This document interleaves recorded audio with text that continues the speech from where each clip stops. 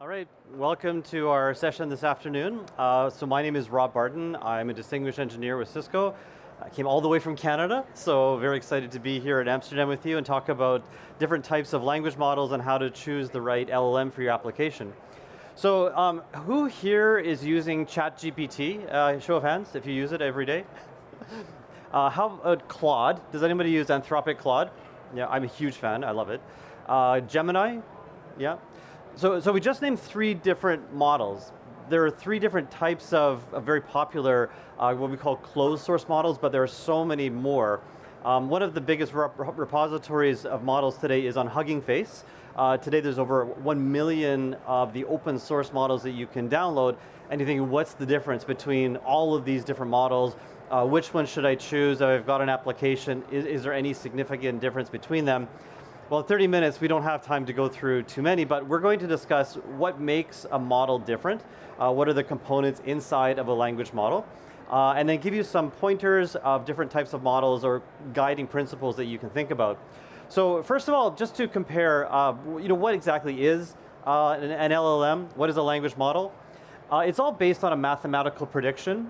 So if you take a sentence like this, the Nobel Prize, the 2024 Nobel Prize in blank was awarded to Geoffrey Hinton, and the language model will be trained on billions upon billions of words, and it will mathematically try to make a prediction what the missing word is or what the next word is. So when you type a prompt into ChatGPT and it's writing words, it's going word by word by word, predicting what the next word is, because it's been trained on sentences like this. And every word in the vocabulary has a probability. Most of the words will have a 0% probability, but the ones that are right and closest because of the training data will be the right one. So back in September, Geoffrey Hinton won the Nobel Prize, and it was a key Nobel Prize because it's the first one for AI. He actually was really the father of deep learning, of the training mechanism, which made all of the things like ChatGPT possible today. So all of language modeling, whether it's ChatGPT or anything else, is all based on word prediction mathematically. And it's really thanks to this white paper that was written in 2017 by scientists at Google Brain. By the way, Google Brain was also founded by Geoffrey Hinton. It was then acquired by Google, where he went. And all of these people are related in some way to him. Aidan Gomez, as you see there, from University of Toronto, was his student actually in his research work on neural networks. They proposed this idea of something called a transformer, and the transformer is really this revolutionary architecture. Every single modern LLM today is based on this architecture. They're all different in slight ways, but they follow the commonality of this architecture. On the left-hand side, you see something called the encoder. The encoder's job is to just take words in, to read them, and to understand them. So it encodes that mathematically. It doesn't really do much with it, but it learns and understands them. The decoder is what produces text. It writes tokens one after the next, after the next, after the next. As it turns out, in modern language models, most of them fall into one of these two categories. So there's a whole class of models that just do nothing but read very fast. They're incredibly good at absorbing text and understanding it, but they don't write anything. But then there's these ones, the decoder side, which we call the GPT models, the generative pre-trained from transformers like ChatGPT and Claude. These are decoder models. They have commonalities though. They both have this thing called the attention mechanism. And the attention mechanism was the fundamental breakthrough in neural networks that allowed us to do generative AI. So all of modern AI is really based on this concept of the attention mechanism. And what it is, it's a way to encode mathematically the meaning, not of just a word, but entire sequences. In fact, these sequences can become so long, you could have 100,000 words, which is like a novel, and it's encoded mathematically, the entire meaning and context and everything about that novel, which is why you can ask it questions about the characters in the novel. What were they like? What was their experiences? And it's all encoded by this attention mechanism, and it's both in the encoder and the decoder. The difference is that the decoder not only understands, it knows what to do next. It goes and produces an answer to your question about what it read. This paper also had another interesting innovation, something called positional encoding. When it's writing tokens and writing words, it has to know the position of each word in the sentence. And they figured out a very clever trick to encode mathematically where a word belongs in a sentence. So this is word 3, word 20, word 1000. It's actually encoded very secretly as the words are produced. So anyways, they came up with these incredible innovations. So it lets us do things like, if you're going to ask a question about the transformer, because the transformer is that architecture. So I asked, ChatGPT, tell me a joke about transformers, thinking about the neural network architecture. And it said, here's a transformer-themed joke for you. Why did Optimus Prime go on a diet? Clearly, it did not understand my meaning because I did not give it enough context. So if you don't know that reference, that's the cartoon and movie series about the robots that turn into vehicles and things like that. So I said, okay, well, let's do a little better because the joke's not very funny, even in English. If you don't speak English, it's still not funny. Let's do a little bit more in the style of someone like Jerry Seinfeld. Do you know who Jerry Seinfeld is? He's a famous American comedian. But what's interesting is the style of Jerry Seinfeld is very signature, very, very particular. And it's able to actually mimic his style. How is it able to do that? And you can pick any comedian you like, and it begins to talk in that style.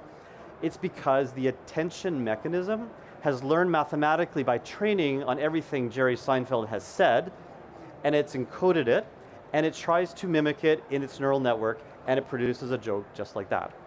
So everything that we're doing in every kind of model, they have this commonality of the transformer in the attention mechanism.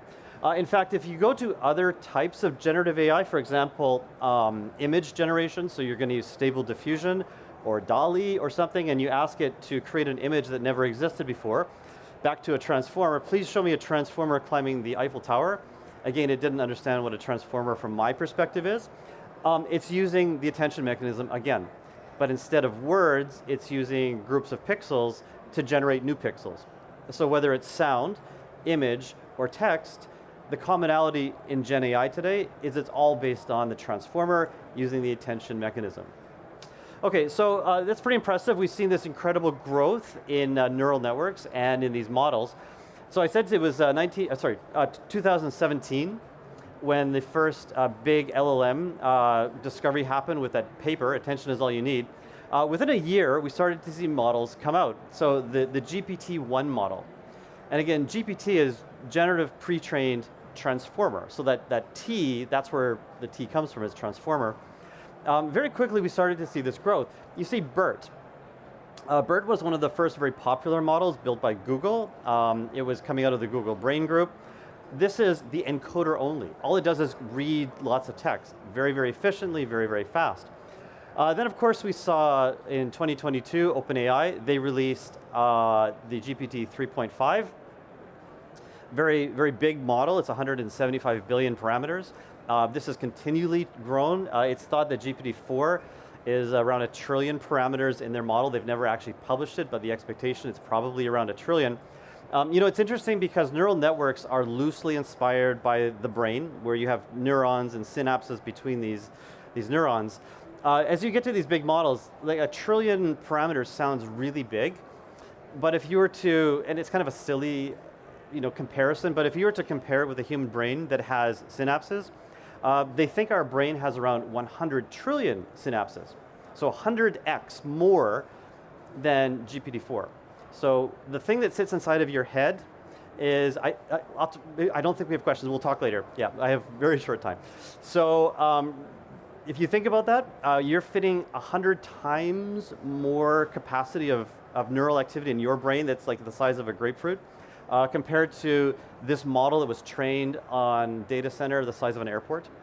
So just think about how we can start to improve these efficiencies. In fact, we saw that, didn't we, last week? Who here has heard of DeepSeek? Excellent, everyone's heard of it, because all of your stock value went down after they announced what they did. It's very interesting because they were able to train a model with a roughly equivalent, it's probably smaller, but roughly equivalent size to GPT-4. And they did it with 5% of the GPU space, 5%. And they had to do that because they were a Chinese company, they didn't have access to the NVIDIA GPUs. But they came up with a series of innovations. In fact, there's three innovations that they came up with. Probably the most important one was how this attention mechanism processes the words that go into it. So if you look at GPT-4 today, a word comes in, it's passed to every single neuron in the entire model. So you're hitting like 1 trillion parameters, it lights and activates every single one of them, every word that goes in, every time. What they thought at DeepSeek is, if you're asking like a math question, there's a certain part of the model that's good at math, we can just route it down to that part and ignore the rest of the model. Or if it's about poetry, there's part of the model that's trained on poetry, let's go to that part of the model. So they use a little bit of a semantic routing mechanism to route the flow into the part of the model that matters. And they found that they can light up literally 5% of the model and still get the same answer out. So this was a natural efficiency, and they sort of had to do it because they didn't have access to the GPU resources. But what they showed us is there are so many more efficiencies that we can take advantage of that are just, we're at the very beginning of this long journey. It won't be very long before OpenAI and Gemini and everyone else is doing the same thing because they've published their paper. In fact, if you connect to me on LinkedIn, I wrote a blog last week on exactly how they're achieving these performance enhancements. There's 3 of them. I talked about the most important one. We're going to see a lot more of these performance enhancements that are going to shrink the size of these data centers to do the exact same thing. Okay, let's compare a few models. So model selection is important, but they're not all created equal. We think GPT-4 must be better because it's way bigger. It's like 5 times bigger than GPT 3.5. But interesting, if you give it questions, it may not always necessarily be better. For example, here's a math question. Is 17,077 a prime number?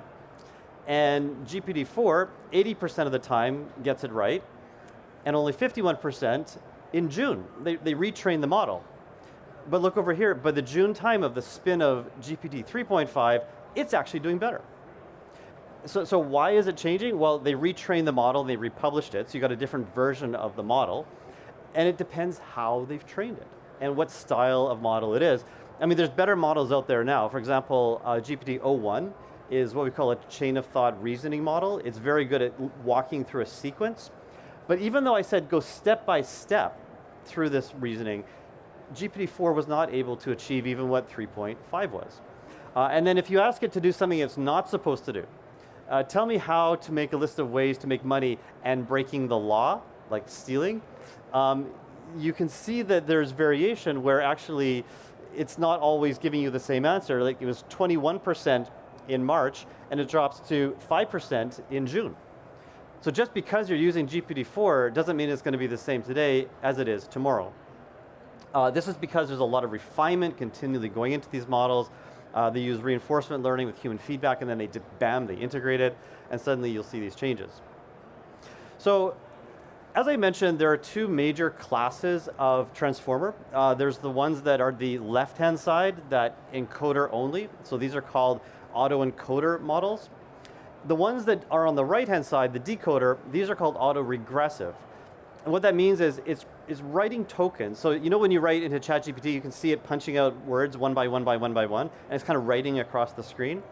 That's your model creating tokens. Every time it creates a new word or token, it has to go back and check the whole sequence to make sure it still makes sense. It's looking at its own context, its own creation to make sure that it's coherent. That's called autoregressive. It's regressively going through over and over and over again. It's creating tokens. Now, the autoencoders, they're very fast because all they have to do is read text and encode the meaning of your in passage very quickly mathematically. So BERT was one of the first LLMs out there, published in 2018 by Google. It stands for the Bidirectional Encoder Representation from Transformer. Try to say that 10 times, I challenge you. Much easier to say BERT. And we have a nice little image too. So BERT is actually still a very popular model. In fact, when you go to Hugging Face, there are thousands upon thousands of variants of BERT. They're very good at sentiment analysis. So if you give it text, you could say, is this happy text, sad text? Is it angry text? All you need is an answer. You're not creating words, you're just classifying what that text is. So I want to give you an example of one of our products at Cisco. It's called the email threat defense. I'm going to just exit out. And I'm going to go over here. It works. Email threat defense is a very interesting way to approach email security. So email security traditionally has looked at the attachments to emails. That's where the malware usually comes in on an attachment, or the link. They want to get you to click on a link like a phishing attack and you're going to get in trouble and it's going to go a bad place. But that's very hard because links change every hour. The hackers are very smart. They're encoding and encrypting their malware. Very, very hard to find this. So this company ArmorBlocks, which Cisco acquired about 2 years ago, had this idea. What if we use a model to just scan the words? Just purely look at the words of the email and see, is this email a phishing attack? If you trained a language model enough, could you just look at the words and determine if it's a phishing attack or if it's a threatening email, is it extortion, these types of things. So we acquired them and this is now part of our product, Email Threat Defense. So I want to show you just how this has classified some of these. So we're going to look at the different quarantine. So you can see all these emails here have been quarantined. And let's go look at one of them. I'll look at this one here. And what you notice is there's a bunch of classes here. So there's a user impersonation class. It has just looked at the words only of this email and said, this is looking like something that came from someone else that's not the style of Rob or Jerry or whoever, because it knows how you talk. It says urgency. Do you ever receive an email that says you need to very quickly click on this link because your bank has been compromised? And you think, you have to do that quickly because if I don't do that, they're going to steal my money. Well, it's a trick, right? It's this sense of urgency and anxiety that makes you want to click on it. Well, in email threat defense, we can detect through the language that this is urgency. All we have to do is classify what the email is like. So would you think this is an autoregressive model or an autoencoding model? The left side or the right side?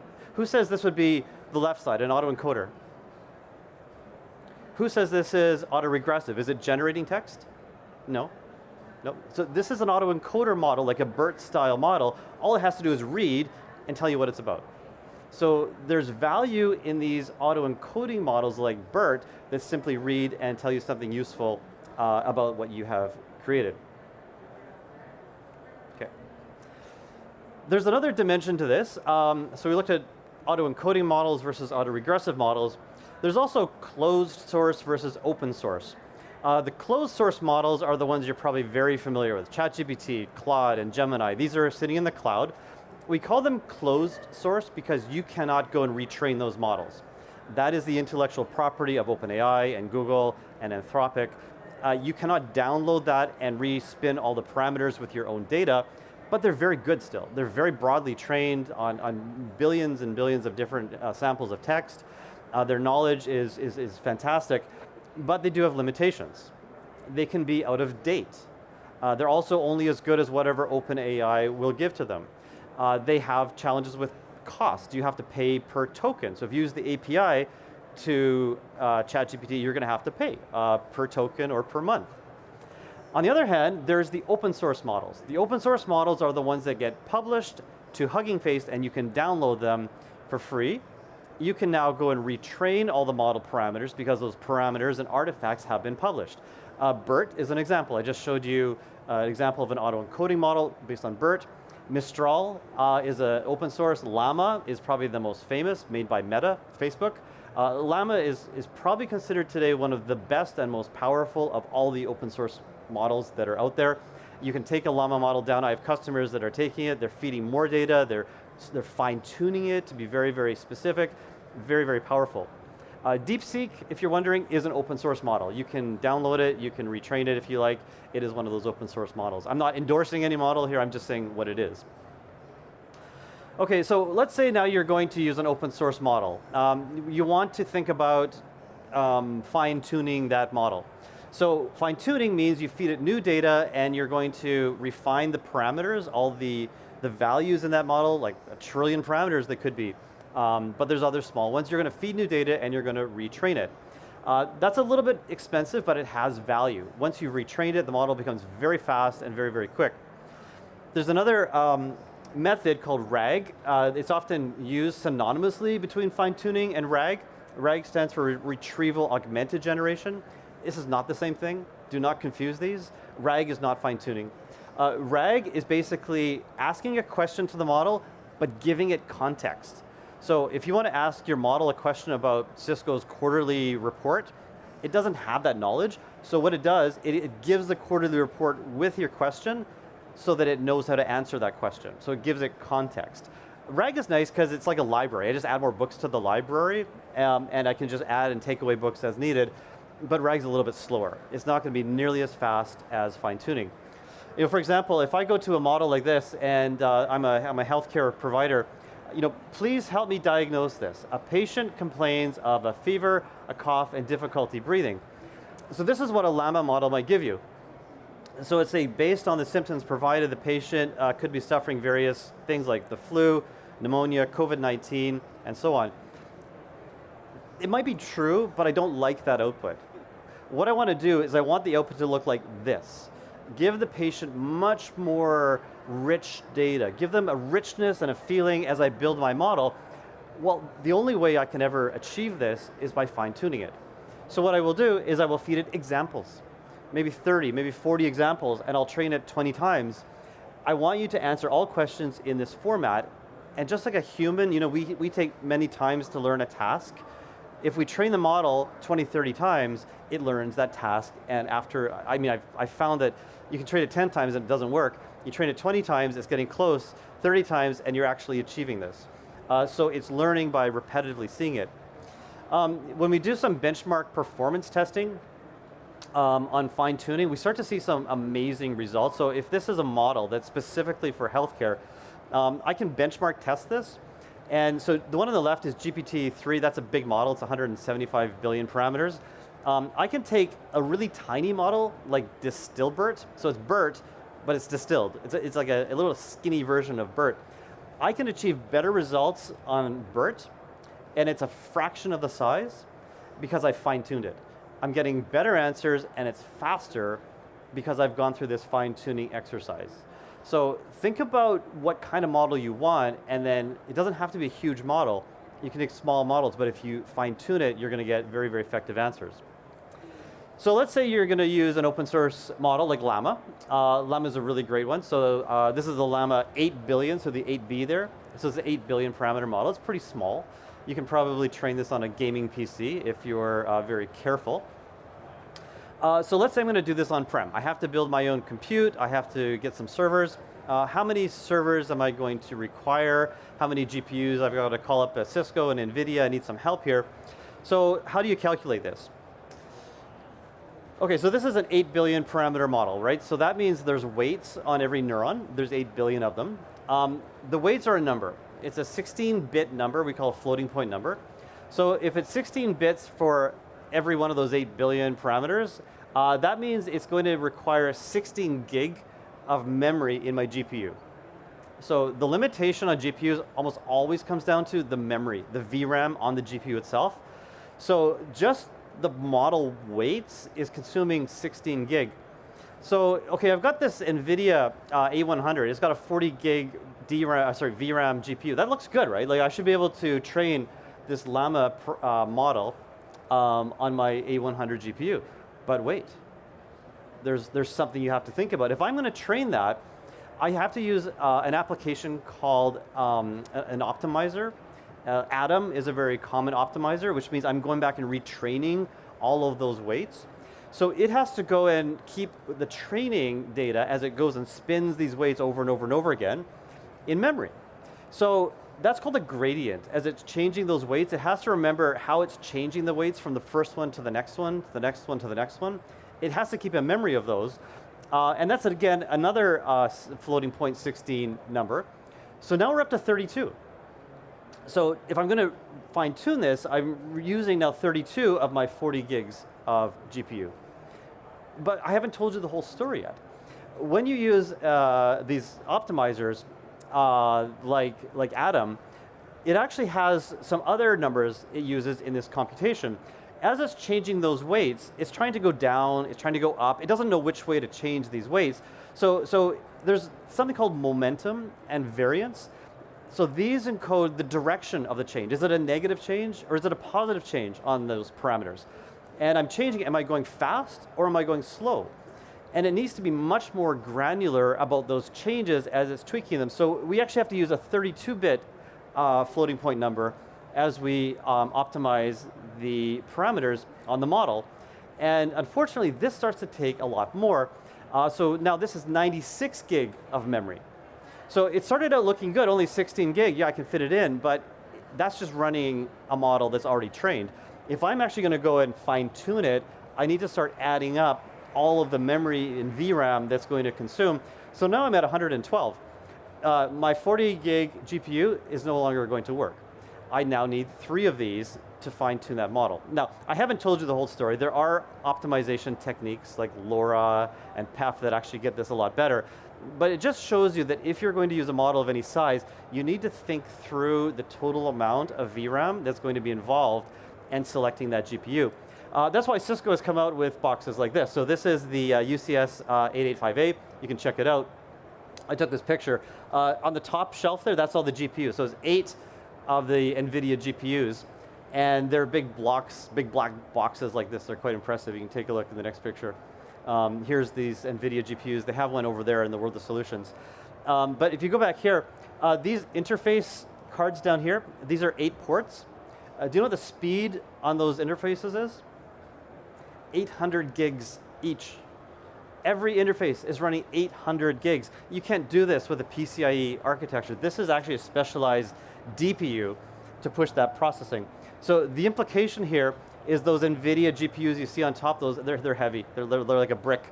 Every one of those 8 GPUs is capable of pushing 800 gigs. Right? So this is what's going to be flowing through as you do your fine tuning and your training of the model. It will only last for a very short time, but it will use those GPUs at an enormous amount of bandwidth, which is why we have to put in these 800 gig ports into this interface card. And of course, you need a switch that also understands 800 gig on the other side. So you can go check out our Nexus switches that can do that. So in conclusion, we are fast running out of time. So what have we learned in our little short talk today? There are many types of models out there, but they are not all created equal. The first major difference is think about the autoencoder versus the autoregressive models. So this is the BERT style versus the GPT style models. Don't think that all of them have to be GPT. No, in the real world, in applications, there are so many use cases for the BERT style where you simply have to read and then classify. We also looked at examples like the open source versus closed source. So know the strengths and the differences. If you have to fine tune data if you're a hospital, if you're a power utility, if you're a law firm, you're never going to be able to train ChatGPT on your data. The value of LLMs is talking to your data. What DeepSeek showed us is this is getting cheaper and it's getting faster. We can bring these models down and it's getting easier to work with. So you're going to have to think about an open source model. You're going to see a lot more about this at Cisco over the next couple of months. We talked about the keynote, the chatbot that we were building, this unified chatbot to talk to everything. It's a collection of these models. It's not just one of them. Depending on the use case, we will select the model. So we're using a multimodal type of system. But in all cases, we're using our responsible AI team. And what they do is they put guardrails. They make sure that the model is not highly biased. It's not giving you the wrong answers. If you're a network engineer and you're asking it questions about your network, it better not hallucinate. It better be very deterministic on what it returns. That means guardrails, and that's what our responsible AI team does. If you're thinking about this, you probably want to have a responsible AI process at minimum to make sure that the model is answering the way that it should. And I think we are at the time limit, so thank you very much for coming. Please fill out your survey and enjoy the rest of the show. I'll be around for a few minutes if you want to come and ask questions, but it's been great having you. Thank you.